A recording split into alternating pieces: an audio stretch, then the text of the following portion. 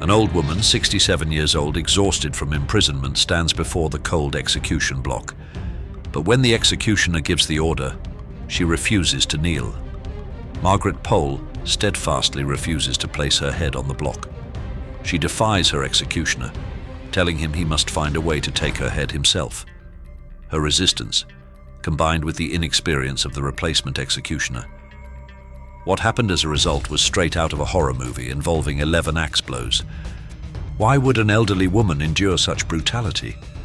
Who was this woman strong enough to be considered the biggest rival of England's most feared king, Henry VIII? To understand, we need to turn back time.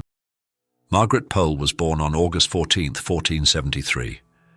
She was the daughter of Duke George Plantagenet and Isabel Neville. She was born at Farleigh Castle, where royal blood flowed through her veins. Her grandfather was a duke and her two uncles were extremely important.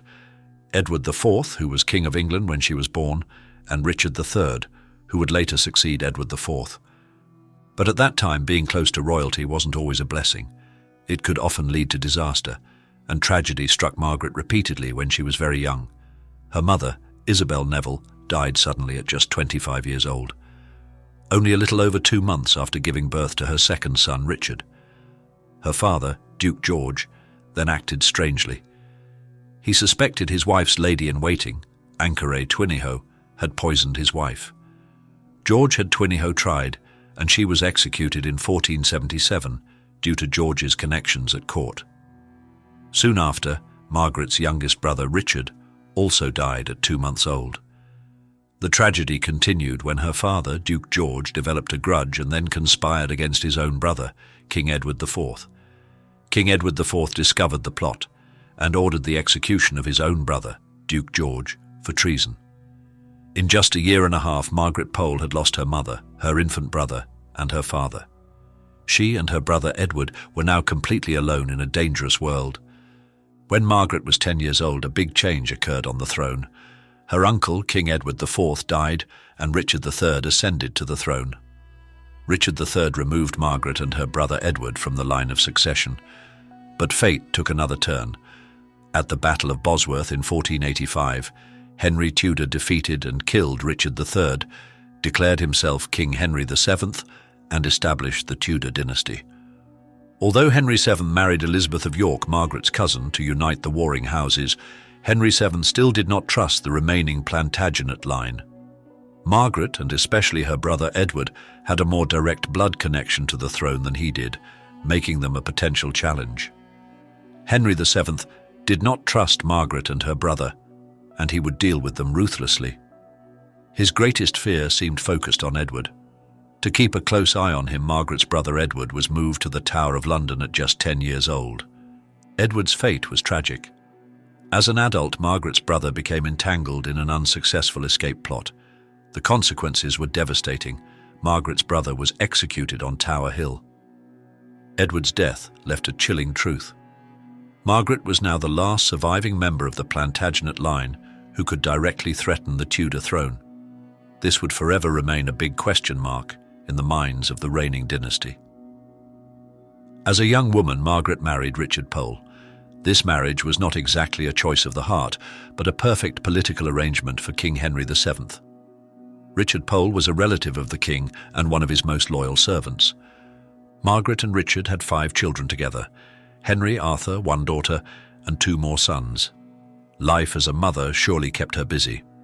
A significant turning point in her life came when King Henry VII appointed her as a lady-in-waiting to Catherine of Aragon. Catherine had just married the heir to the throne, Arthur, Prince of Wales. Margaret and Catherine quickly became close friends. For Margaret, she finally found a stable life alongside her new friend. But tragedy seemed to always stalk Margaret's life. Prince Arthur died just a year after marrying Catherine. With Arthur's death, Margaret lost her pleasant job and the stable life she had just found. In 1505, Margaret's husband, Richard Pole, died of illness. She became a widow with 5 young children to raise. Her financial situation was very difficult. She had to borrow money from King Henry VII to cover her husband's funeral expenses. The king agreed to the loan, but it was a debt that had to be repaid. Margaret was now seriously out of money. In this desperate situation, Margaret had to make difficult decisions. Due to financial hardship, she had to send 2 of her eldest sons to live with other noble families. As for her youngest son, Reginald, she entrusted him to the church and also surrendered all financial responsibility. Some sources suggest this decision would later haunt her and could have affected her relationship with Reginald. Was this choice salvation or the beginning of another tragedy? A new opportunity arose for Margaret in 1509. Henry VIII ascended to the throne and married Catherine of Aragon, her close friend. Margaret was allowed to return to court to serve Queen Catherine.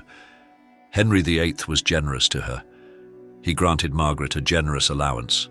She also reclaimed the lands and property of her brother Edward. Although she had to pay a small sum, she had regained what was lost. Her life seemed to be stable and prosperous again. She built Warblington Castle. By 1538, Margaret Pole had become the 5th wealthiest noble in England. But this stability did not last. King Henry VIII became increasingly unhappy with his marriage. Catherine had not been able to bear him a healthy son to succeed him. The obsession with a male heir, which later drove Henry VIII to order the executions of 2 of his wives, began to consume him. At the same time, he fell in love with Anne Boleyn. King Henry VIII desperately wanted to annul his marriage to Catherine, but the Pope refused.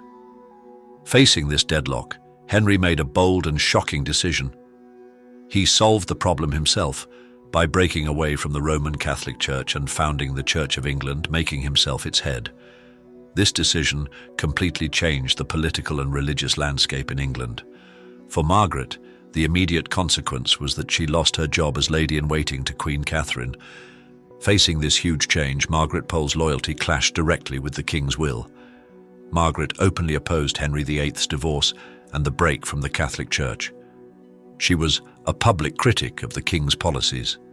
She seemed to hate Anne Boleyn, who was seen as the direct cause of this crisis.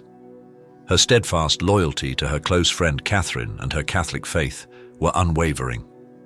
This steadfastness, in an increasingly autocratic court, placed her in a dangerous confrontation with an increasingly brutal king. As King Henry VIII tightened his grip on power and broke from Rome, the biggest problem for Margaret Pole came from her own family. Her youngest son, Reginald Pole. Reginald, whom she had entrusted to the church to raise from a young age, now became a thorn in the king's side as he publicly opposed Henry VIII's annulment and religious policies. Reginald even went further, calling the king a robber, murderer, and enemy of Christ. Reginald's words and actions infuriated King Henry VIII. The king wanted Margaret to handle her son, to force him to be silent or change his stance. Margaret wrote to Reginald begging him to stop because she could not bear the king's wrath. Was this the genuine fear of a mother or unbearable pressure from the court? Some believe Reginald may not have completely obeyed his mother, perhaps because he still hadn't forgiven her for giving him to the church when he was young. This is a complicated point in their relationship. Did the past influence the future? Margaret's life at court became precarious. After Henry VIII executed Anne Boleyn in 1536 and married Jane Seymour, Margaret was allowed to return to court to serve the new queen. But this return did not bring safety. Her life was always on the brink of disaster, depending on who was in the king's favor and the volatile temper of Henry VIII himself. We have seen how ruthless Henry VIII was, even with those closest to him, including the 2 wives he once claimed to love. The defiance from Reginald Pole did not stop. In 1537, Reginald became a cardinal and was tasked with organizing the Pilgrimage of Grace rebellion against Henry's religious policies. This action by Reginald brought direct and deadly trouble for Margaret. The investigation began. Margaret's other son, Geoffrey, became entangled in the affair due to correspondence with Reginald. Geoffrey was arrested and interrogated. Under horrific torture, Geoffrey implicated Henry Courtenay, the head of the Church of England established by the king and a childhood friend of the king. Geoffrey said that Courtenay also opposed the king's policies. King Henry VIII's rage was devastating. He executed Henry Courtenay. And then, in a severe blow to Margaret, he ordered the execution of her eldest son, Henry Pole. The next punishment for Margaret: imprisonment. She was sent to the house of William Fitzwilliam for interrogation. Margaret Pole's interrogation lasted 3 full days, conducted by William Fitzwilliam and Thomas Goodrich. They found her to be sincere, vehement, and accurate. Notably, they described her as having more man-like than woman-like strength of character. This was a way of speaking at the time to acknowledge her resilient will, a quality that King Henry VIII likely both respected and feared. Margaret's presence seemed to have a strange effect on the Fitzwilliam family. Fitzwilliam's wife left home, and Fitzwilliam himself wanted her to leave because she disturbed my mind. This shows the influence or unsettling presence Margaret brought even under capture and interrogation. A sad irony is that Geoffrey, who started this chain of trouble with his testimony under torture, was pardoned by the king. Meanwhile, Margaret had to suffer. She was stripped of all her lands and titles for the second time. Her property was confiscated and given to the king's private secretary, Sir Thomas Wriothesley.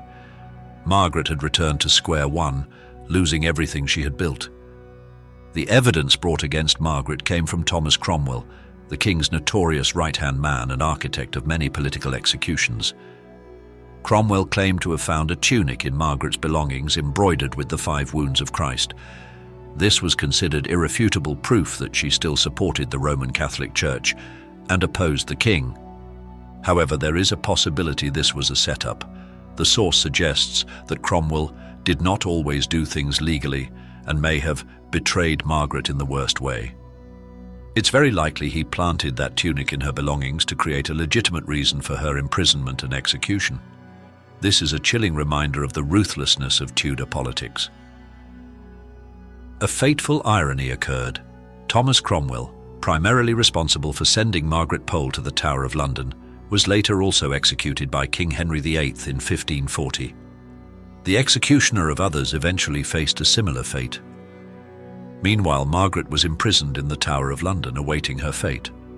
Although a prisoner, she still had certain privileges. She even met her nephew Henry in the Tower. Her life in prison was not entirely bad. King Henry VIII might have felt guilt or simply wanted to avoid opposition, so he paid for her to be more comfortable. She was provided with servants, money, warm dresses and shoes. However, despite these small comforts, she was still a prisoner. Her life was entirely in the king's hands. After 2.5 years of imprisonment on May 27, 1541, at the age of 67, Margaret received terrifying news. She would be executed in less than an hour. Her execution was an unusual and horrific event. The Tower's chief executioner was busy elsewhere, so the replacement was a young man without the necessary experience. Margaret's fate lay in the hands of an inexperienced person, lacking the skill to perform this terrible task. But even facing imminent death, Margaret Pole showed ultimate defiance. She refused to accept submission, refused to place her head on the block. She declared that only traitors did that, and she was not one. She even challenged the executioner, telling him he had to find a way to take her head himself. Her resistance, combined with the executioner's inexperience, led to a horrific death. The first axe blow struck her shoulder instead of her neck. The scene that followed was straight from a horror movie. Due to the lack of skill, Margaret suffered horribly. It took 11 axe blows for death to finally come to her. A brutal and unworthy end for a woman of royal lineage. So why is Margaret Pole considered Henry VIII's biggest rival? She was not a military or political opponent in the traditional sense. Her position was more subtle, and the threat she posed had many layers of meaning. First, she was the last surviving member of the Plantagenet line. This line had been overthrown by the Tudors, making Margaret a potential threat to the legitimacy of Henry VIII's throne. Second, her unwavering loyalty to Catherine of Aragon, and especially her Roman Catholic faith, directly challenged the 2 most significant decisions of Henry VIII's reign. Third, the actions of her son, Reginald Pole, becoming a cardinal and publicly criticizing and opposing the king, angered King Henry VIII to the point that he targeted Margaret as a way to seek revenge and eliminate her family's influence. Reginald became a weapon against his own mother. Finally, her defiance until her last breath and her brutal death transformed her into a martyr figure for the Catholic faith. Her death stood in stark contrast to the king's tyranny and cruelty. In recognition of her suffering and loyalty in 1886, Pope Leo XIII beatified her as Blessed Margaret Pole, a martyr for the faith.